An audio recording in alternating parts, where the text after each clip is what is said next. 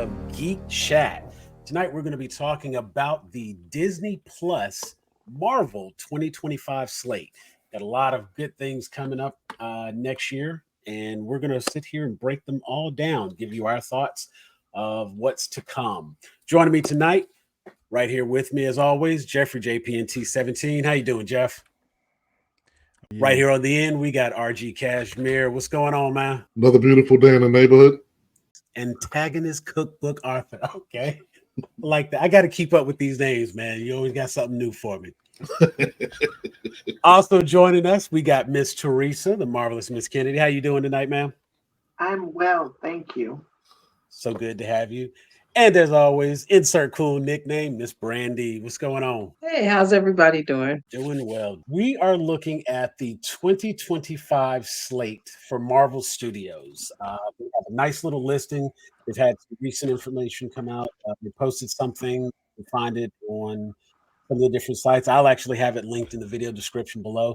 So when you get a chance, check that out. It has just some teasers of everything coming to the Disney Plus subscription service. Those items include what do we got here? Your Friendly Neighborhood Spider-Man. It's an animated series that comes out January 29th. We've got Daredevil, Born Again. That comes out March 4th. Ironheart is going to be June 24th. Eyes of Wakanda is August 6th. Marvel Zombies themed really well in October. And December of 2025 is Wonder Man. Slated for later this year, actually, towards the end of 2024, they're going to have What If Season 3. And of course, next month in November, Deadpool and Wolverine arrives on Disney Plus.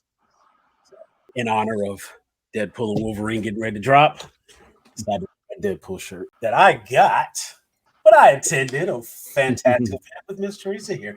This was a MCU ATL, and they host an event. We got a chance to go check that out. That was a lot of fun, and we have to look forward to doing something else like that.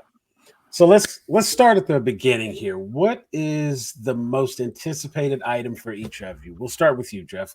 Which of these projects are you most interested in? I think that I am most interested in Ironheart because Ironheart. I have questions about the animation that we can get to because it's like I'm not gonna get all into that right now. I want everybody to have time to talk. I'll bring it up later. But I think out of all the shows, Daredevil, I trust that. Like I'm not worried about that. But Ironheart, I am curious to see how they will take a character who was mixed reviews and how she was received in her debut on Wakanda Forever. But I think it's an interesting character. I think it's an interesting time in the MCU for a character like her who not only like crosses so many demographic subsections that, you know, Marvel and Disney want to touch on, but I think in the Marvel universe, there has been so much focus on expanding to magic and the cosmos and all these other kind of power sets that tech element that we first got introduced to the MCU from, you know, even with Spider-Man basically downgrading and now he's back in the spandex because nobody knows who he is and he don't have access to the Tony Stark stuff. He's not our like tech guy for real anymore in terms of being able to actually make and manifest his own tech. So I'm curious to see how they will take a character like that and also try to obviously differentiate her from Iron Man, but the fact that she's tied to the singularly probably most popular character in the entire MCU, right, is going to be something that I'm going to be interested to see how they navigate it. And on top of that, I think that I'm very interested to see outside of the sphere of will the show be good, the business side of things, putting Black actors, especially Black women actors, in positions where they're headlining and starring in these shows. And we know what a lot of the response in the public is going to be. Even if the show is amazing and 10 out of 10, there are going to be those who try to be vocal against it before they've even seen it. And I'm very interested to see how these companies, these production companies, these studios are going to start adjusting how they support their quote unquote stars in these moments, because Yeah. we've seen this with the subsidiary of Disney before with Star Wars and the treatment of Finn, the treatment of, I forget her real name, but the Asian girl who played, I think her name was Rose. We've seen it with Amanda Steinberg. We've seen it across the board with, and all these other different situations where actors have come forward and said, things ain't really, I mean, now with Marvel, I haven't really heard much of that. I would say Nia DaCosta is probably the closest example that I feel where they could have done, I think, more to celebrate like what the movie was accomplishing versus it being shown what the movie did not accomplish. But I'm curious to see if there is going to be any difference in how it's marketed, difference in how she's put out there, where they're going to, place her in the media as things ramp up for her to have her own show. There's just like a cross section of things that I'm interested in surrounding the show Ironheart, but I'm also very interested in them bringing this character, because I think a lot of how this goes is going to really determine how the introduction of Miles Morales eventually goes. Yeah. And again, it's something that we had mentioned with the weight and responsibility of a character like that, similar to Mahershala Ali taking on the role of Blade. Since we don't have a Chadwick Boseman in the forefront, that next character that comes along has to do a certain amount of representation, and they're going to carry that weight until that gets divided among a few other characters. Riri, especially being a female, she's got Shuri there to start. Now it's kind of moving towards her. She's got a series. I definitely think you make a good point as far as how she'll be supported. That will be interesting to see. Do you have something you want to add? Yeah, I was gonna say, I think even when we talk about, for the culture, like Teresa said on our episode of when we were our last episode when we were talking about Blade and like the black culture that was brought forth with like Wakanda and the Black Panther world, but like that's fake. You know what I'm saying? That's from someone's imagination of like what we could be had we not been subjected to, right? This is Marvel's for real first foray into like showing like black culture, like in America. You know what I'm saying? From a point of view of someone born and raised here. That's kind of why I brought up that point. Right. That's why I brought up that point with like Miles, because it's like I wish there was more characters that we could like dip our toe into like black culture with. I mean, we did it with Luke Cage, but like that's not the same. This is not the same people, not the same production company. So we can't expect that same we can't just assume that level of care has been taken, but I am just curious to see like we know how it is when black people be doing stuff that black people don't do in a movie. You be like, all right, like start keeping count, like, all right, you got about 3 or 4 more of those, and we're gonna let that one slide, but the next okay, get a little too comfortable doing all of that. It will definitely be interesting to see. And I, for one, I enjoyed her character in Wakanda Forever. I think she may not have been utilized as much as she could have been, but she was a major part of the storyline. You know what I'm saying? And let that carry over into the show, because just from the little bit you can see in the trailer, in the teaser, it looks like she's back at MIT, where she had essentially left MIT and was working out of a warehouse that she was designing everything herself. It looks like she's essentially has the funding back, and she's got the MIT grant, and she's working in a nice lab. So you get a chance to see a new armor, and I'm very curious where the story goes. And in a very interesting point, Mephisto is a listed character in the show. Sacha Baron Cohen. Sacha Baron Cohen is listed in the credit, Mephisto. So, ladies and gentlemen, we got him. Vindicate. Watch him just be the voice of like a cat.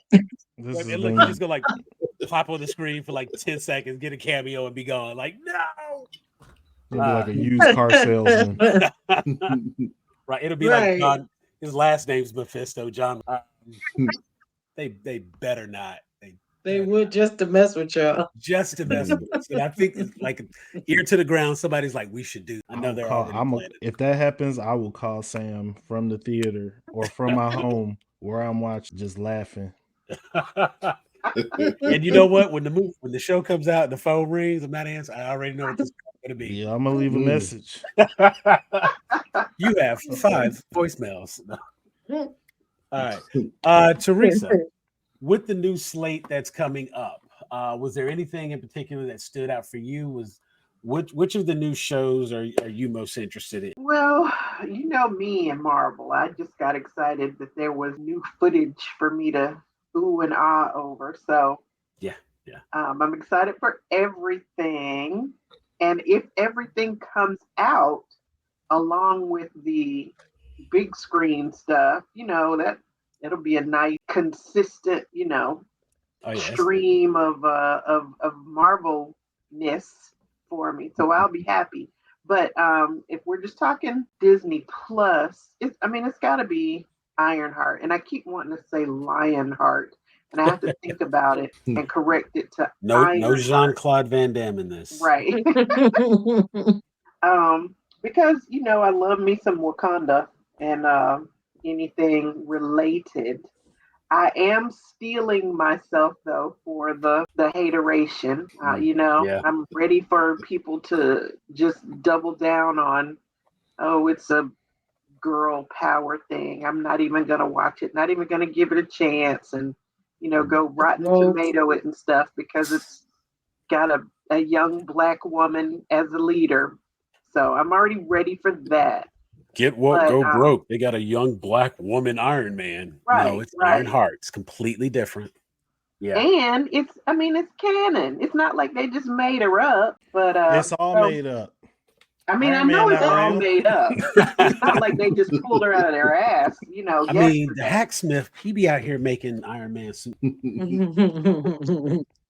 But yeah, no, it's there's no doubt that I think that's probably going to be, there's a lot of weight on that show already. And I think Jeff pointed out, given that this has the technology connection, a direct link to Tony Stark, the whole suit. I don't know what the hell is happening with Armor Wars. So Ironheart's going to fill that gap. And, other than going back to watch the first 3 Iron Man movies and watch your Avengers, this is going to fill the void of not having, a man in a suit do some cool stuff. We'll now have a woman in a suit doing some cool stuff. And just from the little teaser, we got to see the punch the front of the vehicle and make the whole thing flip over. So I got high hopes for it as well. I'm definitely thinking that could go pretty good. RG, what's on the 2025 slate that you're looking forward to? I'm gonna run the turkey with everybody and go Ironheart. I'm actually the trailer looked good. Like the trailer legitimately looked good. I wasn't a big fan of her in Wakanda Forever, but I still want that character and I still want that story. So I do want to see that story get told. I think there's a lot of opportunity that hopefully we can get 12 or 14 damn episodes and not 6. Don't tell her story in 6 episodes. Spend some time on her. Like, I want her to get the time that she needs. The nemesis that she's going against is obviously introducing some supernatural elements to it, which is probably how we're getting Mephisto involved. So I want her nemesis to be bad. I don't want him to have a backstory. I don't want to be like, well, they killed his mama, so this is why we got to understand what he's going through. Nope. I want her to whoop his ass, and I want to root for her to whoop his ass. I want to root the whole way through. I don't want to be, he been through some things. Just talk to him. I don't want to do that. I don't want to see that. I want to see her get the development that her character needs, because I believe that there is a plan for her to be long-term in the MCU and in the movie universe. And in order for her to really fill that role properly, it's going to take that development. You have to get. I don't want to just be invested in her because she's a young black girl. I got you. You got me there, right? You got that allegiance, but as a superhero fan, right? I just want to separate that, and I want to be able to enjoy your story. And so, if they take the time to develop her story, and let her, they just make her shine. Just watch her. Let's watch her struggle. Let's watch her go through something. Let's watch her overcome it. Give her the whole Joseph Campbell treatment, and give her double-digit episodes. So if they do that, it looks good. It looks like they spent the money on the show. It looks like the designers care about how it looks. So now I'm just hoping that the writers care about how they present her story. Okay. I'm very curious because in the little bit of trailer, in the little teaser that we got, we know that the Parker Robbins, the Hood, is going to be featured in the show. And like you said, there is a little bit of mysticism just because basically he has magic cloak, magic boots, and as a result can do magic.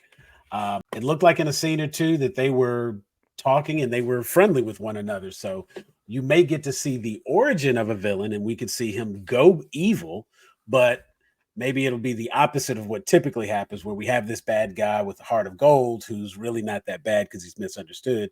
Maybe we'll see that thing that makes him turn, and now he's just a bad guy. So, Or he could just be a bad guy. Let him talk nice, right? Let him talk nice. Nino Brown talked nice, but he was bad. He was bad. Let him talk nice to her initially, and then just switch it up. You realize, oh shit, this dude is really a POS, and now she gotta go ham on him. So I'm completely fine with that. We don't have to make this guy okay. We can make him evil. Just let him be a villain. I'm with it. I'm with it. Give me a villain, please. Just give no redeeming qualities. There you go.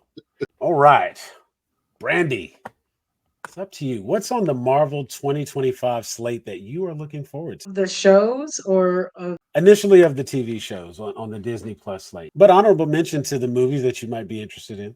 I mean, You'll watch it I when have it a comes movie, out. not a show. Okay. Yeah, I guess Ironheart, but I have nothing to add, so I kind of feel like It's been pretty I well have nothing covered. to add to the conversation. Ladies and gentlemen, it has been said. Right. So which of the movies has your attention? Thunderbolts. Thunderbolts. Okay.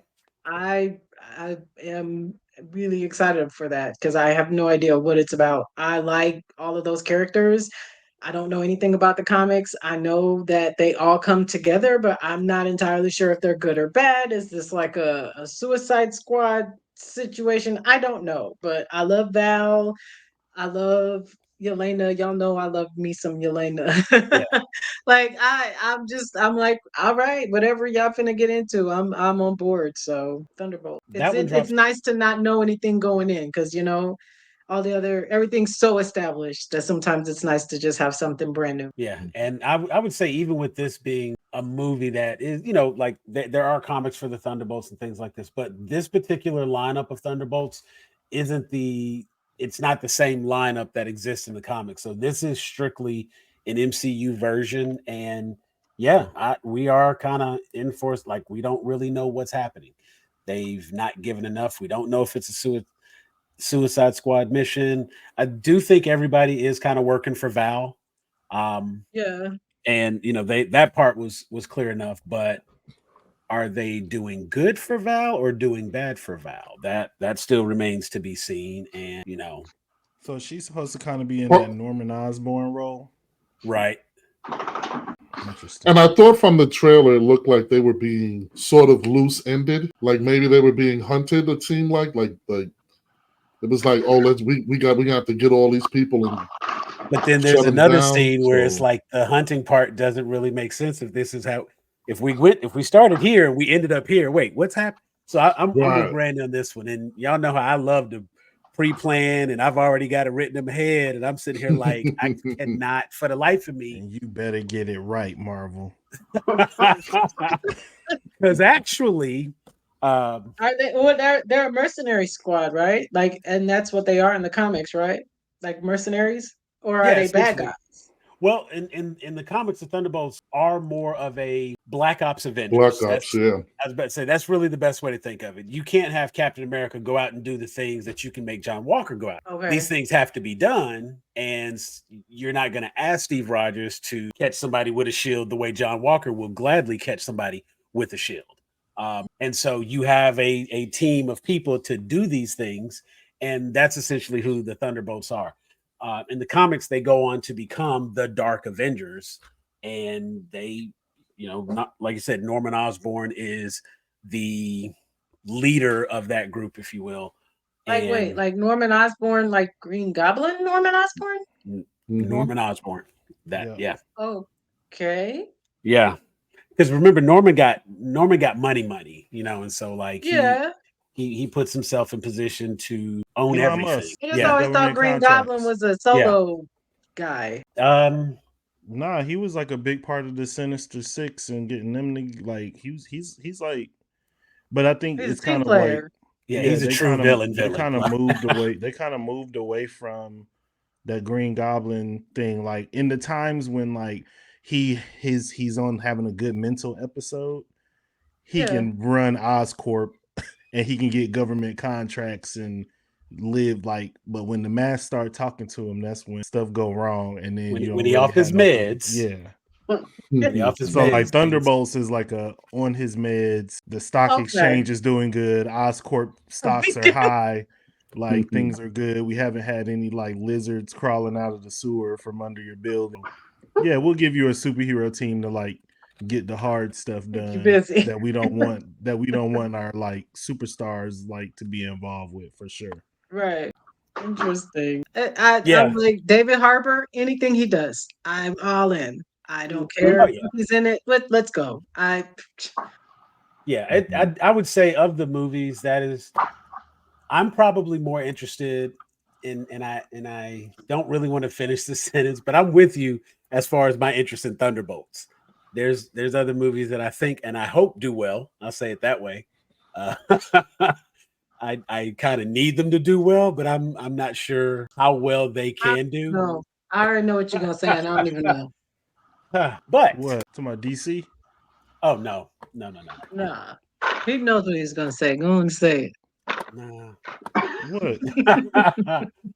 We had a whole conversation about Anthony Mackie and Captain America. Yeah. And it's like I want the culture needs that to do well too. Like I said, I want that movie to do well. If it does well, remains to be seen. I think bringing on Harrison Ford is a strong move for the movie as a whole, and that's a shame because Anthony Mackie should be the strength of that movie. You need the Harrison Ford. I should stop. No, I think you it'll do. be fine. I think it'll be fine. I do. I think it'll be fine. I mean, it's gonna do what it's gonna do.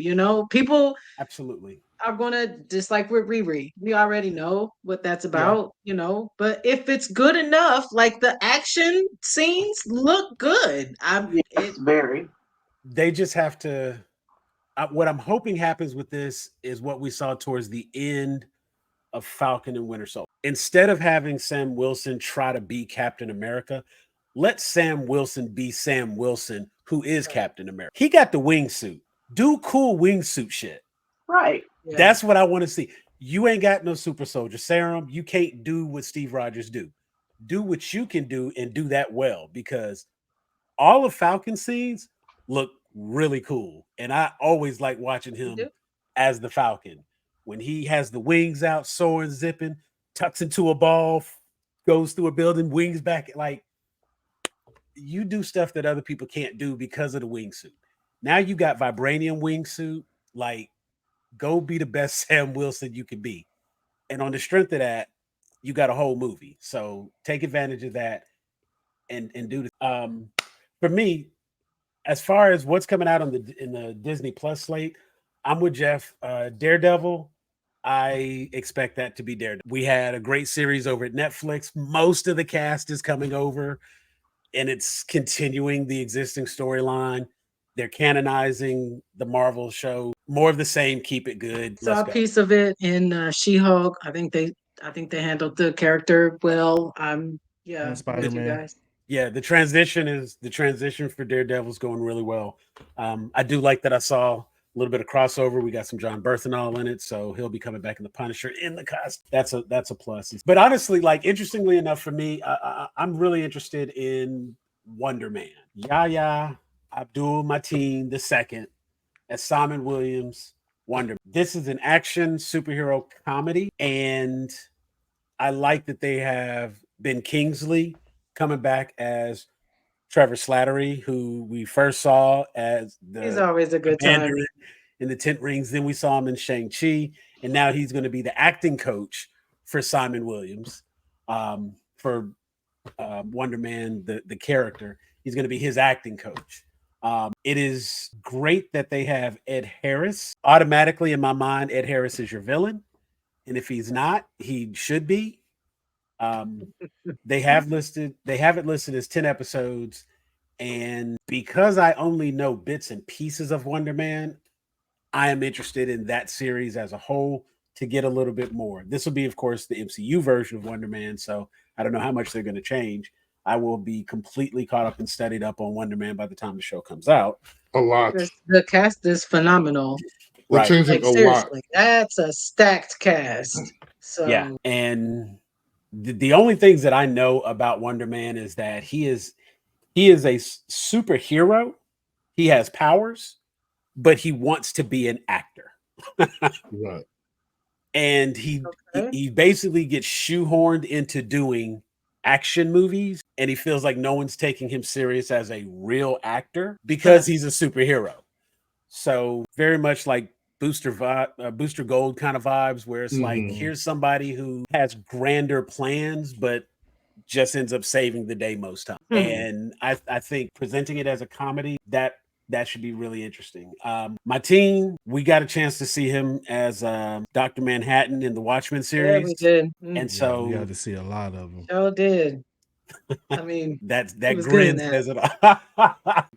So Put having some him come pants back, on, dude. yeah, having him come back as a superhero For now for real. Marvel. It definitely tells me. And then, of course, he was in the Aquaman movies. Right. He was Black Manta, so he's already cut his teeth as a superhero. He's Yeah, already he was made to be a superhero. Come on.